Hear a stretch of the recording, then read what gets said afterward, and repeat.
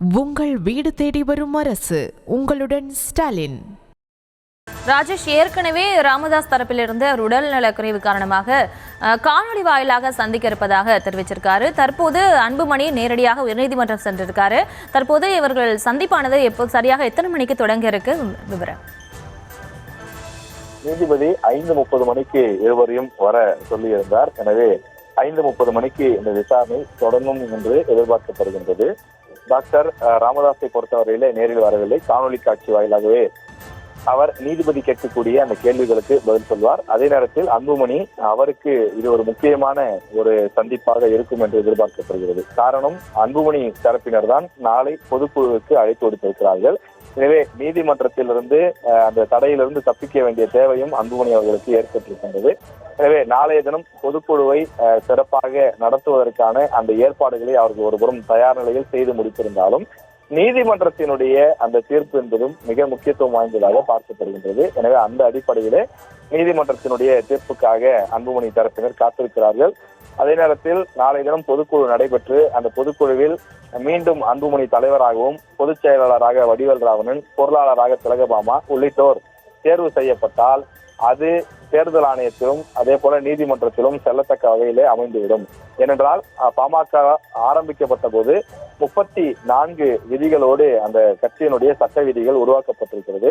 அதில் 34வது விதி என்ன சொல்கிறது என்றால், பாமகவில் நீங்கள் எந்த விதமான அந்த போஸ்டிங்கை வேண்டுமானாலும் மாற்றிக்கொள்ளலாம், ஆனால் அதற்கு பொதுக்குழுவினுடைய ஒப்புதல் தேவை. அதாவது பொதுக்குழு உறுப்பினர்களில் 2/3 பங்கினர் ஒப்புதல் கொடுத்தால் எந்த போஸ்டிங்கை அல்லது அமைப்பு முறையை எப்படி வேண்டுமானாலும் மாற்றிக்கொள்ளலாம்.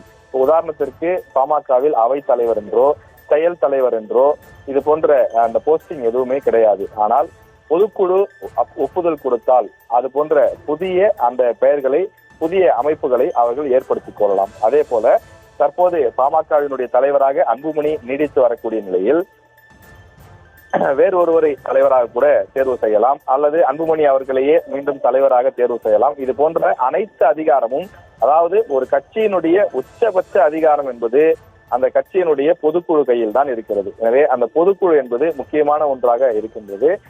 அந்த அடிப்படையிலே பொதுக்குழுவில் நாளை கூட்டப்படும் போது மீண்டும் அன்புமணி தலைவராக தேர்வு செய்யப்பட வாய்ப்பு இருக்கிறது. ஏற்கனவே டாக்டர் ராமதாஸ் தரப்பினர் சொல்லி வரக்கூடிய விஷயம் என்னவென்றால், அன்புமணியை நாங்கள் 2022 தலைவராக தேர்வு செய்தோம். பாமகவினுடைய சட்ட விதிகளின்படி தலைவர் பதவி என்பது 3 ஆண்டுகளுக்கு மட்டுமே பொருந்தும். எனவே 2022 அப்போது தேர்வு செய்தோம். 2023, 24, 25 இந்த மே மாதத்துடன் அவரது பதவி காலம் நிறைவடைந்து விட்டது. எனவே தற்போது அவர் அந்த பதவியில இல்லை என்று அவர்கள் சொல்லி வருகிறார்கள். ஆனால் அன்புமணி தரப்பினரை பொறுத்தவரையிலே தொடர்ந்து தானே தலைவராக இருப்பதாக அவரும் சொல்லி வருகிறார். இந்த நிலையிலே மீண்டும் ஒரு பொதுக்குழுவை கூட்டி அந்த பொதுக்குழுவிலே மீண்டும் தலைவராக தேர்வு செய்யக்கூடிய பட்சத்திலே அது ஒரு உறுதியான நிலைப்பாடாக மாறிவிடும். அதன் பிறகு அந்த ஆவணங்களோடு சென்று நீதிமன்றத்தை அணுகினாலோ தேர்தல் ஆணையத்தை அணுகினாலோ அந்த ஆவணங்கள் பேசும். ஏனென்றால் நான் முன்பே குறிப்பிட்டது போல பொதுக்குழு தான் ஒரு கட்சியினுடைய மிக முக்கியமான இறுதி முடிவை எடுக்கக்கூடிய அதிகாரம் கொண்ட அமைப்பாக இருக்கின்றது.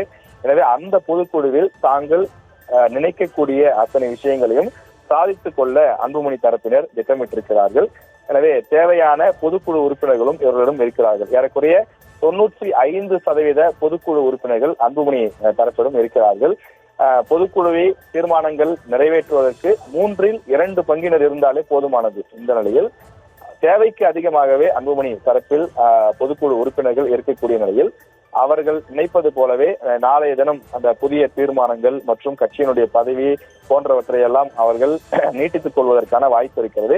எனவே அப்படி ஒரு சம்பவம் நடைபெறக்கூடாது என்பதற்காகத்தான் டாக்டர் ராமதாஸ் தரப்பு அவர் நியமனம் செய்திருக்கக்கூடிய பொதுச் செயலாளர் சங்கர் என்பவர் மூலமாக அவரது வழக்கறிஞர் கோபு என்பவரை கொண்டு உயர்நீதிமன்றத்தில் வழக்கு தொடுத்தார்கள். அதாவது அந்த வழக்கில் என்ன சொல்லியிருக்கிறார்கள் என்றால், நாளை அன்புமணி தலைமையிலே ஒரு பொதுக்குழுவை கூட்ட திட்டமிட்டிருக்கிறார்கள். ஆனால் அவருக்கு பொதுக்குழுவை கூட்ட அதிகாரம் கிடையாது. அந்த பொதுக்குழுவுக்கு நீங்கள் அனுமதி கொடுக்க கூடாது. ஏனென்றால் கட்சியினுடைய நிறுவனராக இருக்கக்கூடிய டாக்டர் ராமதாஸ் அவர்களுக்குத்தான் முழு அதிகாரம் இருக்கின்றது. அவர்தான் பொதுக்குழுவை கூட்ட தகுதியானவர்.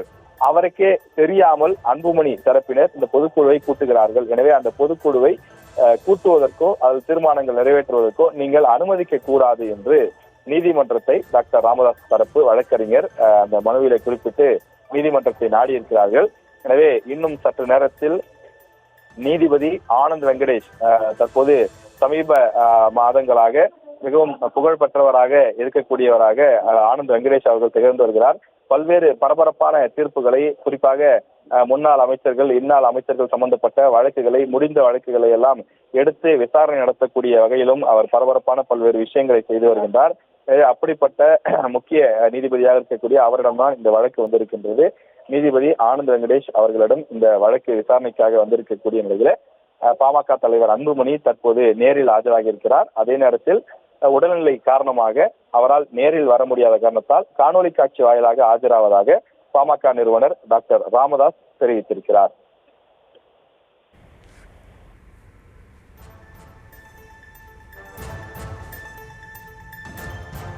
விவரங்களுக்கு நன்றி ராஜேஷ். உங்கள் வீடு தேடி வரும் அரசு, உங்களுடன் ஸ்டாலின்.